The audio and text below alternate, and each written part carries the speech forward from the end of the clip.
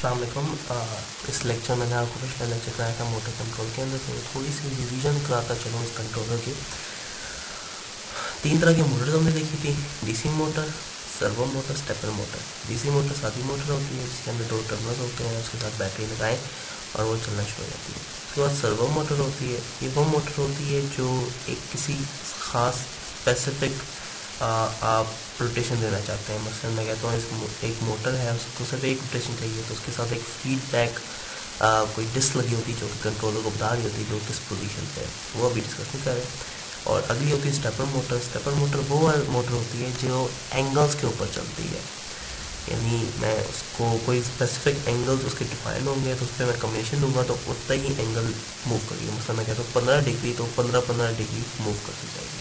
आगे हम देखते हैं आज इस ट्यूटोरियल में डीसी मोटर और स्टेपर मोटर डिस्कस करेंगे कि इनको किस तरह रन करते हैं। अच्छा, इन मोटर को चलाने के लिए हमें ड्राइवर्स चाहिए होते हैं, क्योंकि मैंने आपको लेक्चर में बताया था कि माइक्रो कंट्रोलर से आउटपुट करंट इतना नहीं होता कि मोटर को चला सके, क्योंकि मोटर के अंदर वाइंडिंग होती है तो वो इंडक्टर है, तो वो करंट के ऊपर चलता है। जितना ज़्यादा करंट होगा उतनी ज़्यादा तेज़ मोटर चलेगी।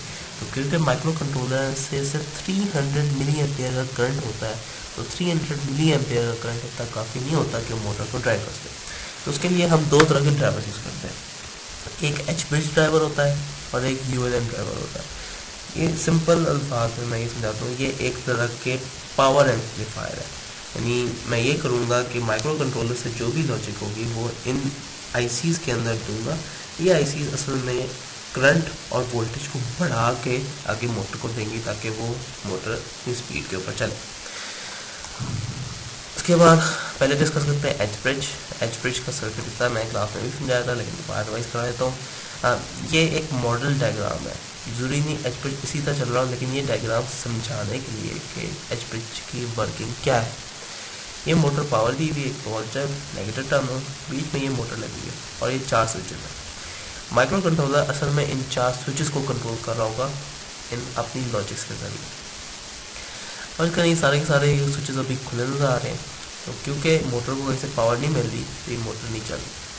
अगर मैं इस स्विच को और इस स्विच को बंद करता हूँ तो करंट मेरा कहाँ से फ्लो होगा, यहाँ से इधर और ये फ्लो होगा। तो मोटर में एक बार फर्ज करें क्लॉकवाइज घूमने लग जाती है। ठीक, अब मैं इन स्विचेस को खोल देता हूँ। अब मैं अगली लॉजिक क्या अप्लाई करता हूँ, मैं ये वाला स्विच और ये वाला स्विच बंद करता हूँ। तो करंट कहाँ से फ्लो होगा, इधर से इधर, इधर और इधर।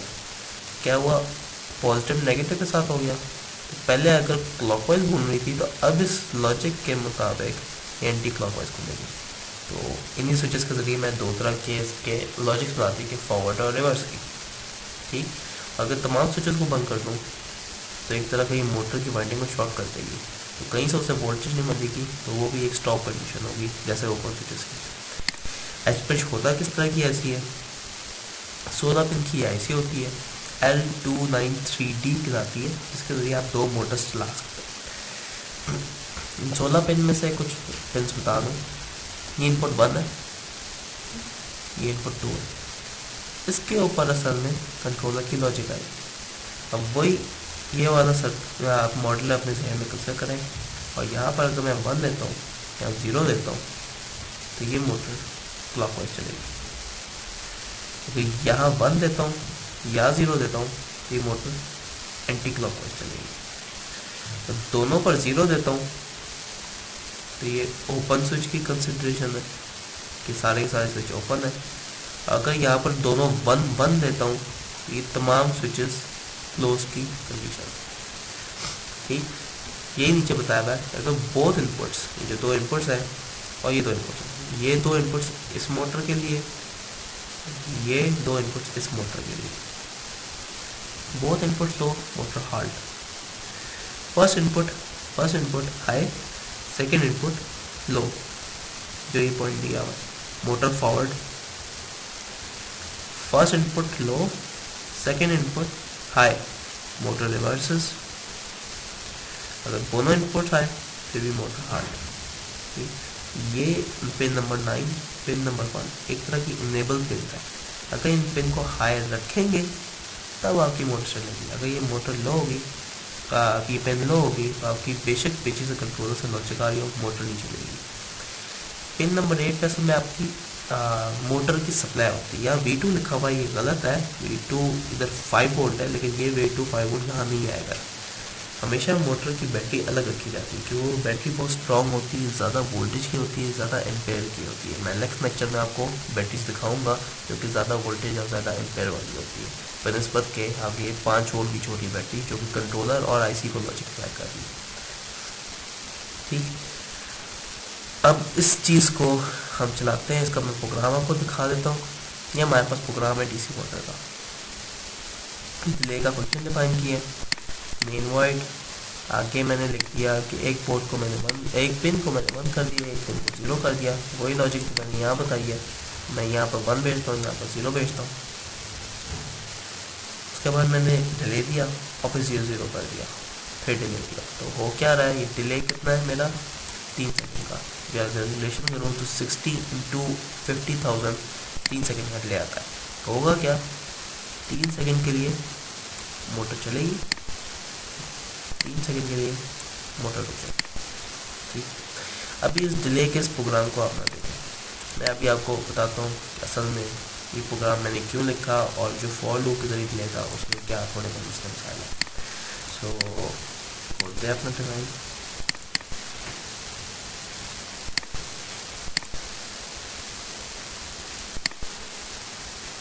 प्रोग्राम को मैं कॉपी पेस्ट कर लूँ और यहाँ पर मैं डिले का लिख देता हूँ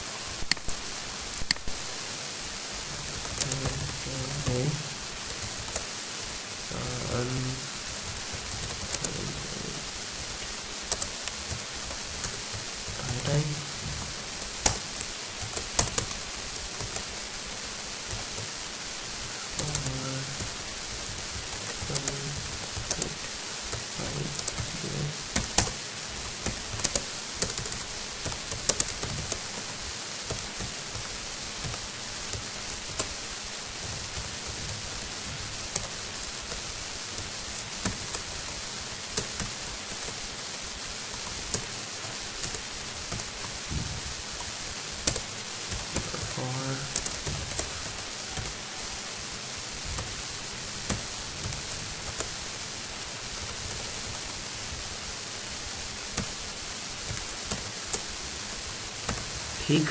अब ये मैंने क्या किया, डिले का वही प्रोग्राम लिखा है फॉल्स वाला। आई टाइम कितना है मेरे पास 60, 50 ज़्यादा हो चलेगा, फिर ये 3 सेकंड का डिले आएगा जो काम करता है। रन कर दिया ऐसे। अब सर्किट मैंने किस तरह बनाना है, ये मेरे पास L293D पड़ी है, रख दिया और इसकी एडजस्टमेंट की।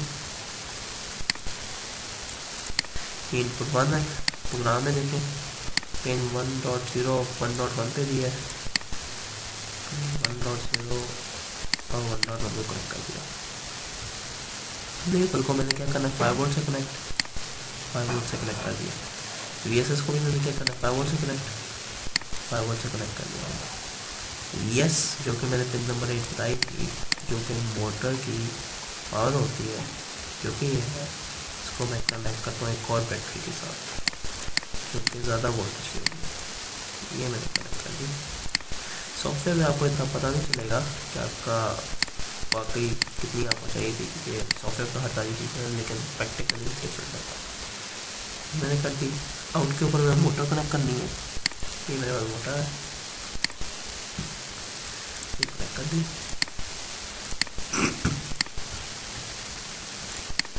ठीक, मैं क्या करना है, इसके अंदर बंद करना है, ये बना हुआ तो बंद कर दिया। हाँ, दो चीज़ें रह गई, कनेक्ट करना था हमने। ठीक, अब इसको रन करता हूँ।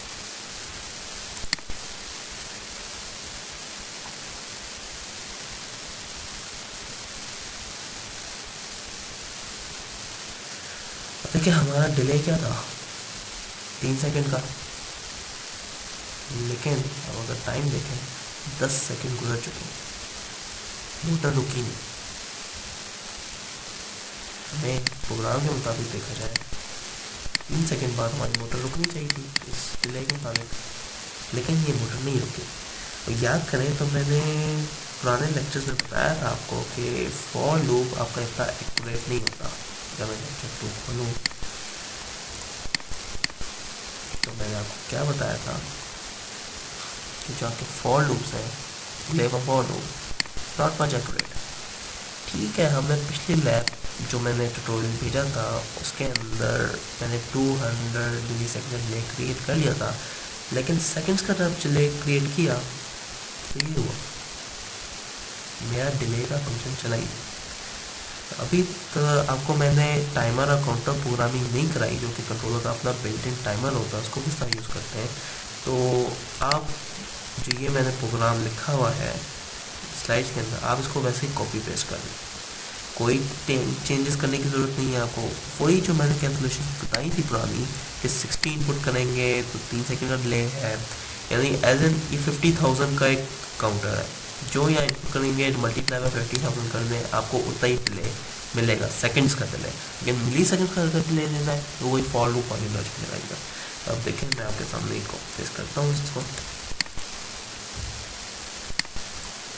इसकी जगह मैं कॉपी पेस्ट कर दिया, रन किया। अब मैं इसको रन करता हूँ, अब आप गौर से देखें होता ये टाइम 2 3 और 3 सेकंड हो गया। अब 6 सेकंड में फिर चल पड़ेगी, ये 6 सेकंड में फिर चल के अब 9 पे बंद हो जाएगी, 9 पे बंद हो गई, अब 12 पे चलेगी। तो आपने देखा कि इस लैब में हमने 2 तरह की चीज़ें देखी, एक तो मोटर कंट्रोल भी देखा, दूसरा हमें ये भी रिजल्ट निकाला कि जो कि फॉर लूप है हमारा वो इतना एक्यूरेट नहीं होता, सेकंड्स का डिले नहीं दे सकता। तो हम अब नेक्स्ट लेक्चर में टाइमर और काउंटर प्रोग्रामिंग सीखेंगे कि असल में ये जो प्रोग्राम मैंने कॉपी पेस्ट किया इसका क्या मतलब है। ये था हमारा DC motor simple control. Next tutorial में आपको स्टेपर मोटर का कंट्रोल दिखाऊंगा कि वो किस तरह करते हैं। Thank you so much.